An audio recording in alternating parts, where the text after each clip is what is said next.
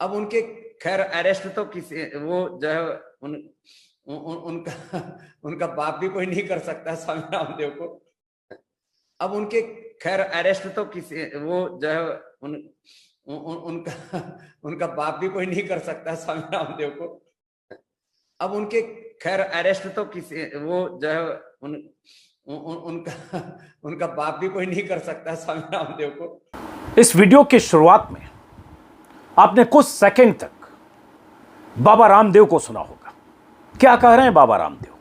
डंके की चोट पर कह रहे हैं गिरफ्तार तो खैर उनका बाप भी स्वामी रामदेव को नहीं कर सकता। यह हौसला, यह हिम्मत, यह गुरूर, यह अहंकार, यह दंभ कि किसी का बाप भी मुझे गिरफ्तार नहीं कर सकता, स्वामी रामदेव में कहां से आया होगा? वो बाबा रामदेव जो आयुर्वेदिक दवाओं के कारोबारी के तौर पर, धंधेबाज के तौर पर बीते 4 दिनों के भीतर कई ऐसे बयान देकर हजारों डॉक्टर्स की मौत का माखौल उड़ा चुके हैं, वैक्सीन की मुहिम में पलीता लगा रहे हैं, लगातार ऐसे बयान दे रहे हैं जिससे लगता है कि उनके पीछे या तो किसी की शह है या उन्हें अपनी उस ताकत का गुमान है जिस ताकत के दम पर वो यहां तक कह जाते हैं किसी के बाप की क्या मजाल कि स्वामी रामदेव को गिरफ्तार करें। अब उनके खैर अरेस्ट तो किसी वो जो है उनका बाप भी कोई नहीं कर सकता स्वामी रामदेव को। लेकिन एक शोर मचा रहे हैं कि quick arrest Swami Ramdev, quick arrest Swami Ramdev.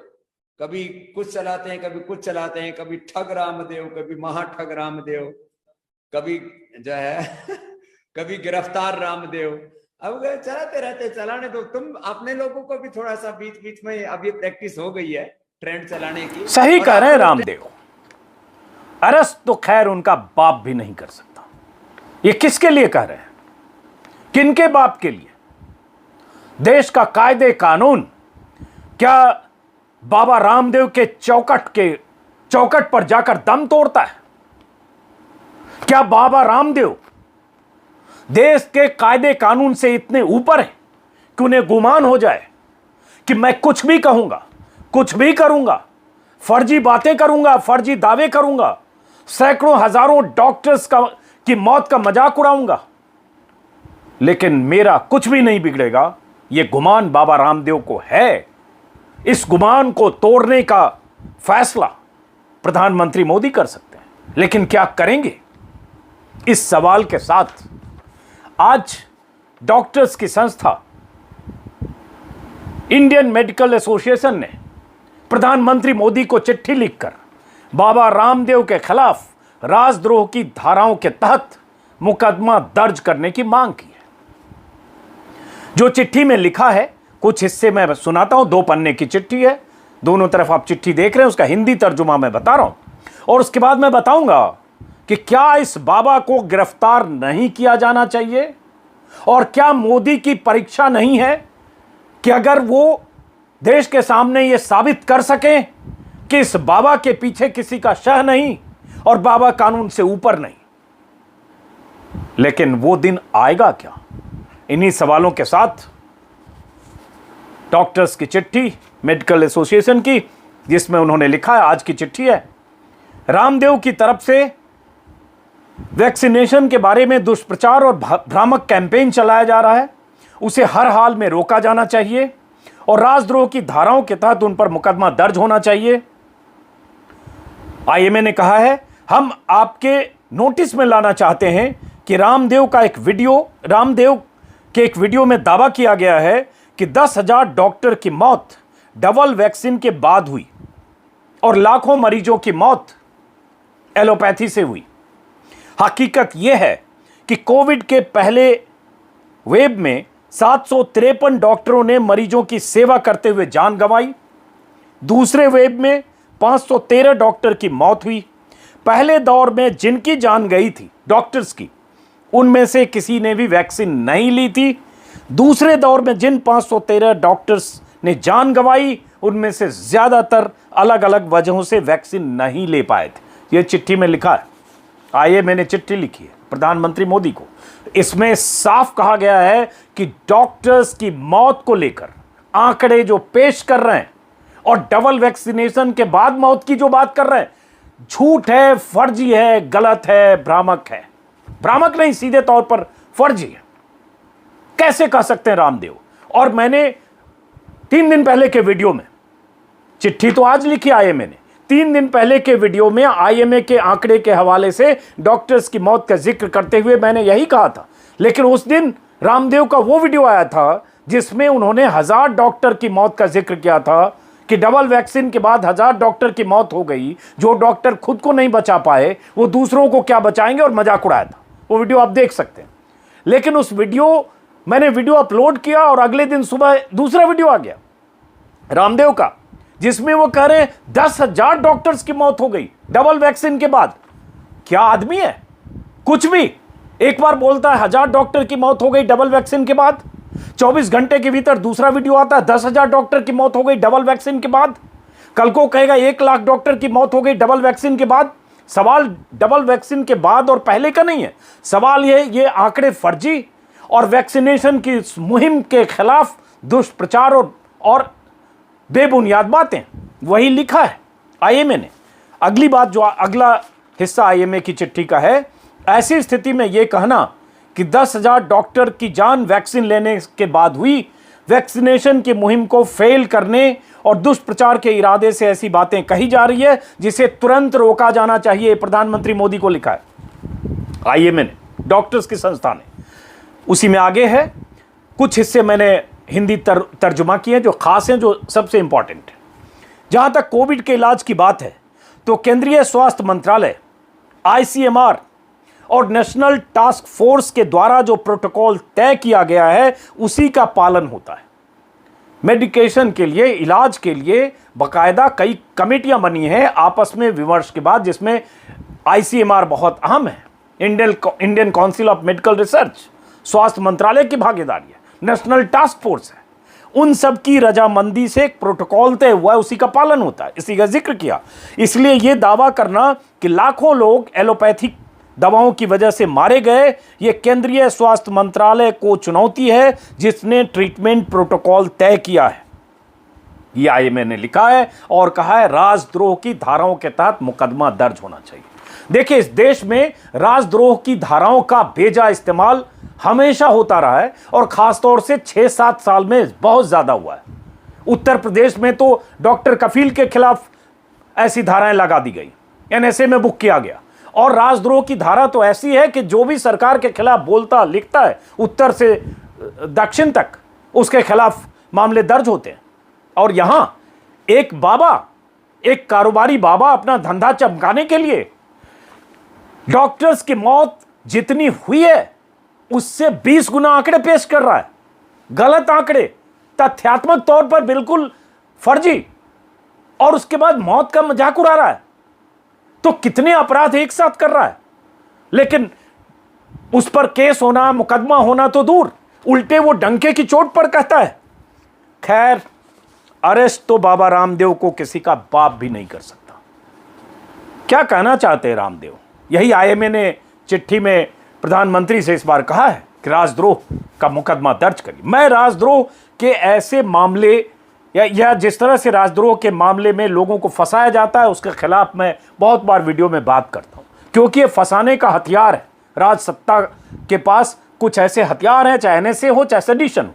लेकिन जब आप किसी के खिलाफ लगा सकते हैं तो ये आदमी तो सीधे सीधे झूठ बोल रहा है। जरा कल्पना करिए कि यह ऐसा बयान अगर कोई शख्स ऐसा दिया होता जो मोदी की सत्ता से असहमति रखने वाला कोई होता, या किसी और संप्रदाय का होता, कोई और धर्मगुरु होता, कोई मुस्लिम धर्मगुरु होता, और ऐसी बातें अगर करता, तो सोचिए उसके खिलाफ अब तक मामला दर्ज हो चुका होता। मैंने जिक्र किया था पिछले वीडियो में कि मणिपुर में एक पत्रकार और एक सामाजिक कार्यकर्ता के खिलाफ एनएसए लगा दिया गया क्योंकि उसने फेसबुक पर लिखा एक बीजेपी नेता की मौत के बाद कि गोमूत्र और गोबर से कोरोना का इलाज नहीं होता, मेडिकल साइंस में ही इलाज मुमकिन है। उस पर एनएसए लगाकर सलाखों के पीछे भेज दिया गया और यह बाबा झूठ बोलकर, गलत दावे करके डंके की चोट पर कहता है किसी के बाप का मजाल नहीं कि मुझे गिरफ्तार करे। तो सवाल उठता है कि क्या बाबा रामदेव के खिलाफ कार्रवाई करेंगे मोदी?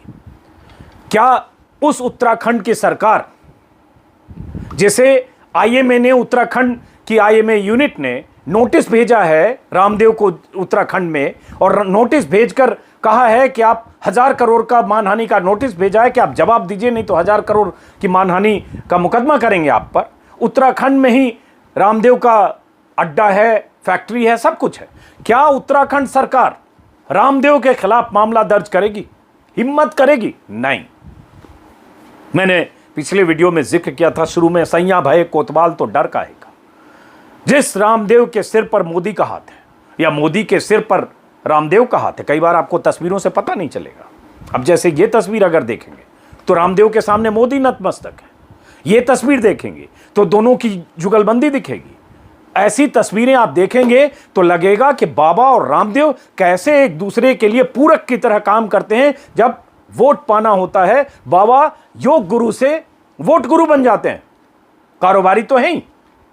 तो क्या इस बाबा के खिलाफ कार्रवाई नहीं होनी चाहिए?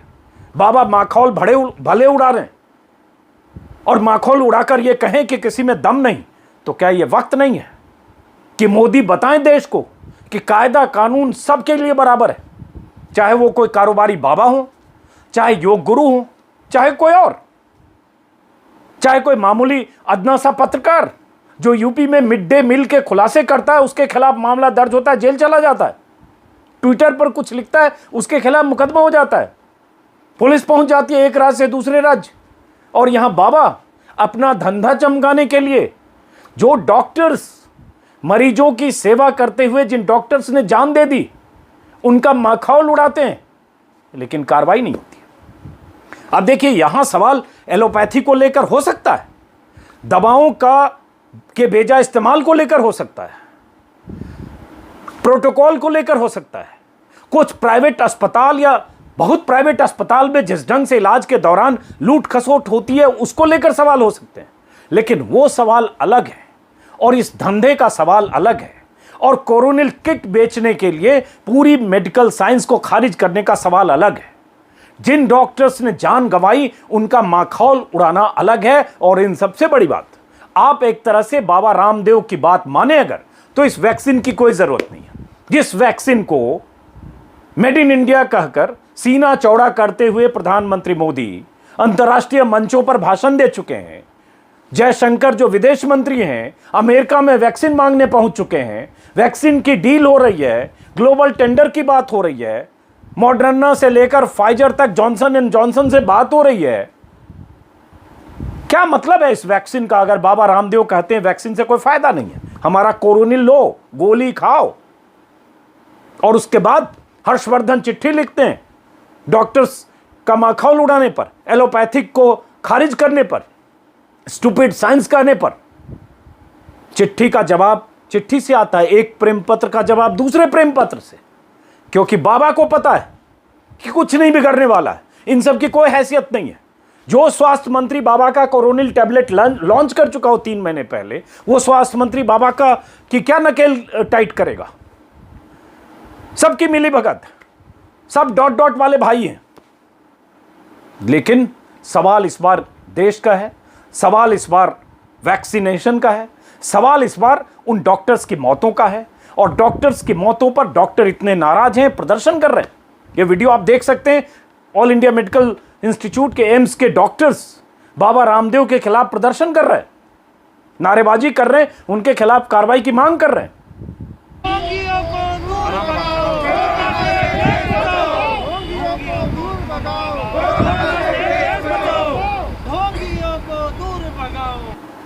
लेकिन कार्रवाई कौन करेगा?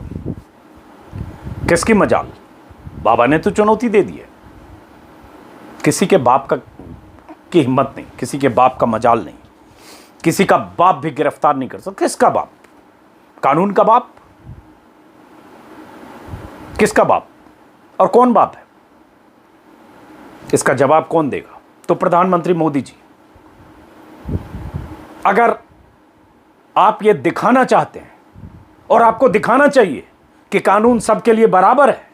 कोई इस तरह की भ्रामक बातें, दुष्प्रचार करता है, भ्रमित करने वाली बातें करता है कि देश की आबादी भ्रम में पड़ जाए वैक्सीन को लेकर कि वैक्सीन कराने का कोई फायदा नहीं है और सिर्फ कोरोनिल की गोली खा के बच सकते हैं, तो आपको इन डॉक्टर्स की संस्था आईएमए की तरफ से जो मांग की गई है उस मांग पर विचार करना चाहिए और ऐसी पहल होनी चाहिए कि बाबा के खिलाफ राजद्रोह की धाराएं लगे, मुकदमा दर्ज हो।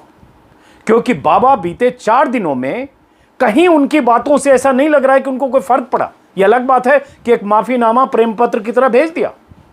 अब तो कुछ लोग ये भी कह रहे हैं कि बाबा और सरकार की अंडरस्टैंडिंग है, मिली भगत है, कि चूंकि सरकार की, मोदी जी की, योगी जी की, सबकी इतनी फजीयत हुई है कोरोना में, मिसमैनेजमेंट में, इतनी मौतों की वजह से, अस्पतालों में बदइंतजामी की वजह से, वैक्सीन की आपूर्ति ना होने की वजह से, पहले से तैयारी ना होने की वजह से, दुनिया भर में जो लानत मलामत हुई है, उससे ध्यान भटकाने के लिए बाबा उलजलूल बयान दे रहे हैं और डॉक्टर्स पर, एलोपैथी पर, मेडिकल साइंस पर ठीकरा फोड़ने की कोशिश कर रहे हैं, ताकि बात इस पर ना जाए कि योगी जी, मोदी जी या फलां जी, ढिमाका जी उन्होंने तैयारी नहीं की। बात जाए कि डॉक्टर्स नाकारा थे, नाकाबिल थे। जो डॉक्टर्स इलाज कर रहे थे उन्होंने गलत इलाज किया।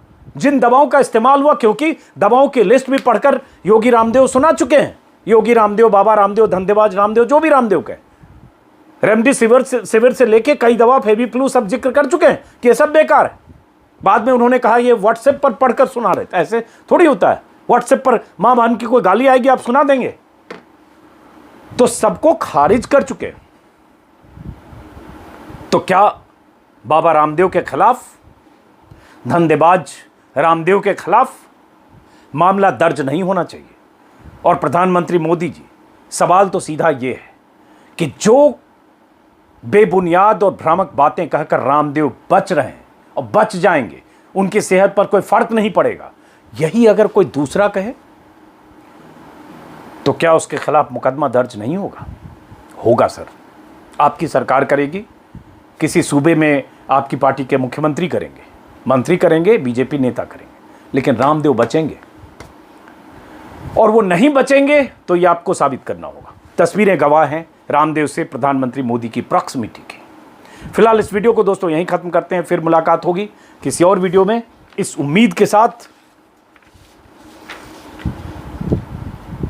कि हो सकता है रामदेव के खिलाफ किसी सख्ती के लिए सरकार तैयार हो। अगर आपने अब तक इस वीडियो को सब्सक्राइब नहीं किया है, मेरे YouTube चैनल को सब्सक्राइब नहीं किया है, तो सब्सक्राइब करेंगे, मुझे अच्छा लगेगा। मेरा फेसबुक पेज भी है, उसको लाइक करें, कमेंट करें, मैं आपके जवाब दूंगा। और ऐसे ही मुलाकात होगी किसी और वीडियो में। फिलहाल खत्म करते हैं। नमस्कार।